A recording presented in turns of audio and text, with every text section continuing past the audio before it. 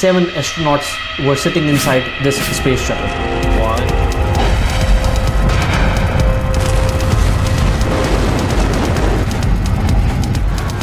Space shuttle launch करता है, everything was okay. एक सेकंड के लिए एकदम से बहुत शेक हुआ था। टेकिंग्स कितनी खतरनाक पड़ी थी। एकदम से क्या होता है कि क्रैश हो।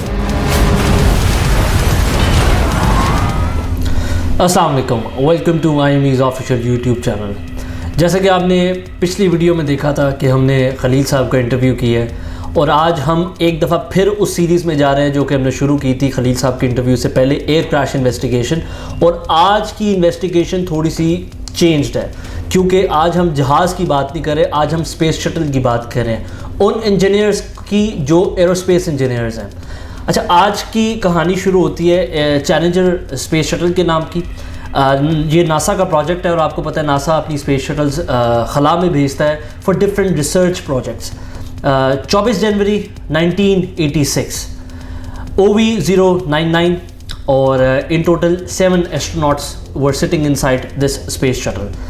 अच्छा, स्पेस शटल का मैं आपको थोड़ा सा ब्रीफ कर दूं। जैसे कि आप अभी देख रहे होंगे कि स्पेस शटल टेक्निकली आगे शटल होती है, एक एक्सटर्नल टैंक होता है जो कि 46 मीटर टॉल होता है, और 2 सॉलिड बूस्टर साइड पे लगे होते हैं। अच्छा, एक्सटर्नल टैंक में जो है ना 3000 लीटर्स फ्यूल पर second it has a capacity to burn this type of fuel.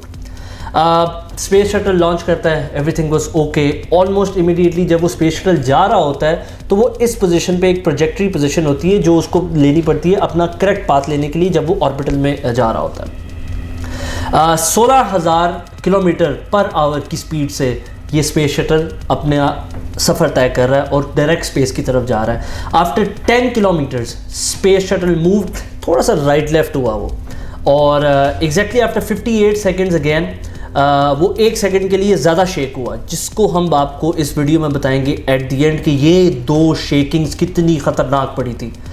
After 66 seconds ये एक थिनर एयर होती है जो कि इस्केप करना होता है आपको अर्थ से, उसको इस्केप कर रहा है, और इसके बाद इसकी रफ्तार हो जाती है 28,000 किलोमीटर फी घंटा।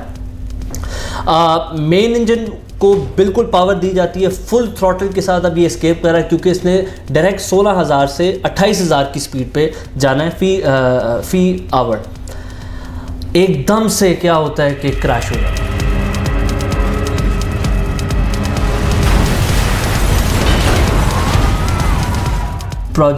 आपकी स्पेस शटल 3 हिस्सों में डिवाइड हो जाती है, एक ऊपर जा रहा है और 2 इस साइड पे जा रहे हैं, जैसा कि आप देख सकते हैं अपनी स्क्रीन पे। एवरीवन वाज शॉक्ड कि ये हुआ क्या है, और अफसोस ये है कि not even one astronaut could survive in this huge disaster. बात ये है कि डिजास्टर तो हो गया, बात वहीं पे आ जाती है कि क्यों हुआ।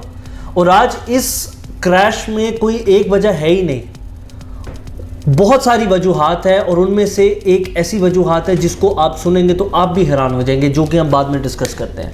इन्वेस्टिगेशन टीम आती है और उनको पता चलता है कि राइट बूस्टर में, जो कि मैंने आपको बताया था कि 2 बूस्टर थे, उसके राइट बूस्टर पे कोई इश्यूज थे।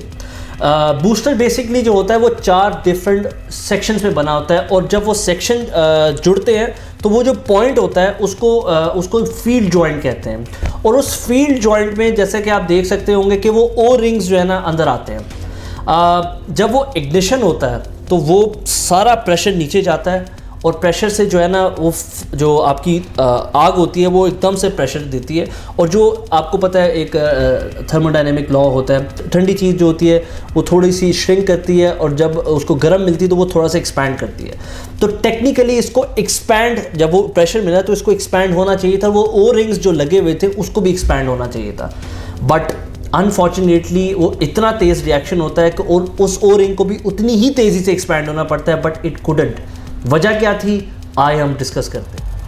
एक्सपैंड नहीं कर रहे थे, और उस एक्सपैंड ना करने की वजह ये थी कि आपका ये स्पेस शटल जनवरी के महीने में जा रहा है, जो कि एक एक्सट्रीम फ्रीजिंग टेम्परेचर पे आप ये फ़्लाइट लेना चाह रहे हैं, और हॉट गैसेस मैंने आपको बताया जो एक्सपैंड करती हैं, वो हुआ क्या कि ओ रिंग्स एक्सपैंड नहीं हुए, तो वो हॉट गैसेस जो है जैसा कि आप देख सकते हैं वो इस्केप कर रही है आपके जॉइंट फील्ड से।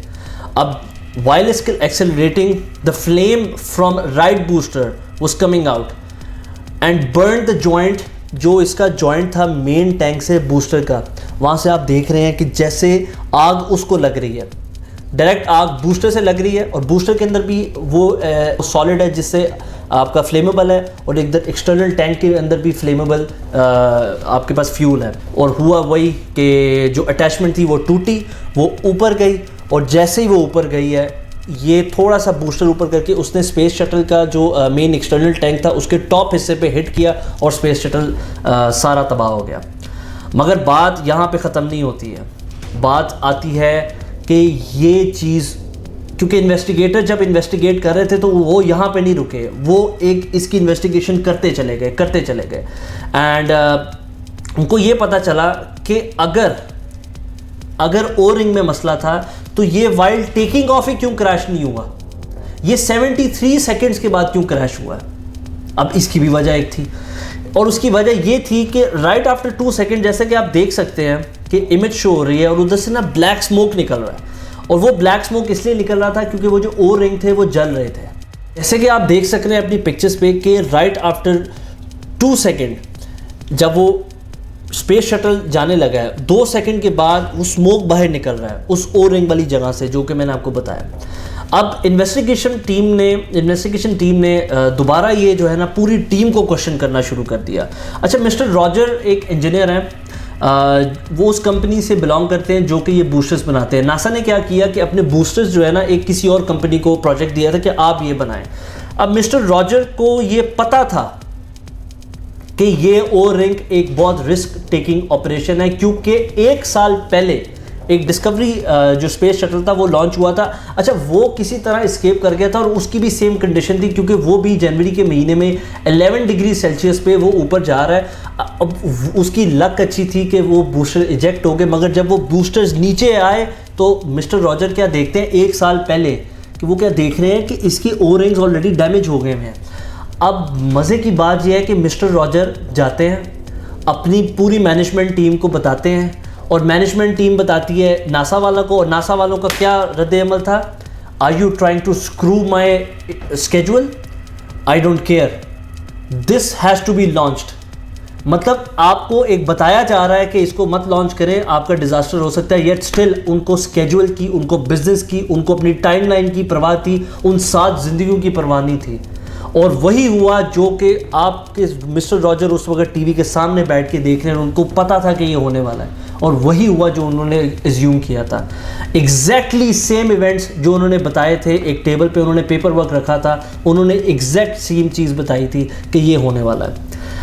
Mister Roger said not to launch, but obviously the company high management said कि इसको लॉन्च करना पड़ेगा, we don't have any options, क्योंकि वो दबाव में आ गए थे सीनियर एग्जेक्टिव्स के थ्रू। इससे आपको क्या पता चलता है कि एक कंपनी का कल्चर जब अपने जूनियर्स को प्रेशराइज में रखता है तो वो भी कंपनी के नुकसान में पड़ता है, क्योंकि ये स्पेस शटल खाली उस 7 जिंदगियों को नुकसान दे के नहीं गया, नासा के बजट को नुकसान दे के गया, अमेरिका की अपनी पोजीशन को नुकसान दे के गया, उनकी जो मार्केट में नाम था उनको नुकसान दे के गया।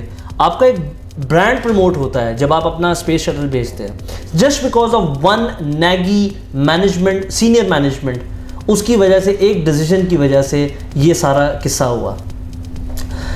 अफसोस ये है कि हमारी ऑफिस कल्चर में पता नहीं क्यों अपने जूनियर्स को इज्जत नहीं दी जाती है, पता नहीं क्यों उनकी बात नहीं सुनी जाती है, और जो सीनियर मैनेजमेंट कहते हैं उसी पे रखा जाता है। अब कहानी यहाँ पे भी ख़त्म नहीं होती है, एक और पहलू नज़र आता है कि इसको किस तरह रोका जा सकता था। हैरत वाली बात है कि जब बूस्टर्स ऊपर जा रहे थे, ये सिर्फ और सिर्फ 60 सेकेंड्स अगर वो बूस्टर्स उसके साथ टिके रहते तो ये स्पेस आराम से चला जाता, अपनी स्पेस शटल आराम से स्पेस में चला जाता, और वो बूस्टर रिजेक्ट हो जाते, सारी ज़िंदगी बच जाती। मगर एक और वजह थी कि ऐसा नहीं हुआ, और उसकी वजह क्या थी कि जब आपका, अच्छा, बूस्टर्स के अंदर ना एक एल्यूमिनियम होता है जो कि एक्स्ट्रा आपको बूस्ट देता है फ्लेम को, उसके स्लग्स जो है ना आ रहे थे, जैसे कि आप अभी अपनी तस्वीर में देख रहे होंगे, एक वीडियो आपको शो हो रही होगी कि वो स्लग्स जो है एल्यूमिनियम के slags, they were coming out. And अब ऊपर जब वो स्पेस शटल जा रहा था तो एक बहुत हैवी विंड का गस्ट आया, जो वो मैंने अभी आपको शुरू में बताया था कि एक 60 सेकंड में वो 58 सेकंड में वो एक सेकंड के लिए एकदम से बहुत शेक हुआ था। वो शेक इसीलिए हुआ था क्योंकि वो एक हवा का प्रेशर आया था, और जब वो हवा का प्रेशर आया था वो एल्यूमिनियम स्लैग जो था वो ओ रिंग पे जाके चला। जब वो स्लैग ओ रिंग्स पे गया है तो वहाँ से फ्लेम निकली है और उसने बूस्टर को इजेक्ट किया। तो इस इन्वेस्टिगेशन में इतने पहलू निकले कि पहले तो आपको लॉन्च करना चाहिए वेदर कंडीशंस देख के। दूसरा, आपको अपनी सीनियर्स और जूनियर्स को रिस्पेक्ट देनी चाहिए। ऐसा नहीं है कि अगर जूनियर ने कोई आपको आके बात की है तो उसको डिसरिस्पेक्ट करें और आपको सिर्फ अपने बिजनेस की परवाह होनी चाहिए, या फिर आपको एक स्केड्यूल की परवाह होनी चाहिए, क्योंकि आपने देख लिया इसका रिजल्ट क्या था। If the slack could have been in the place for 60 more seconds, things would have changed, but unfortunately it had to crash. Thank you for watching this whole investigation. I hope you liked it, क्योंकि ये जहाज़ों के बारे में नहीं था, ये एक स्पेस के बारे में था। Please subscribe to our YouTube channel, give it a share, give it a like. Thank you so much.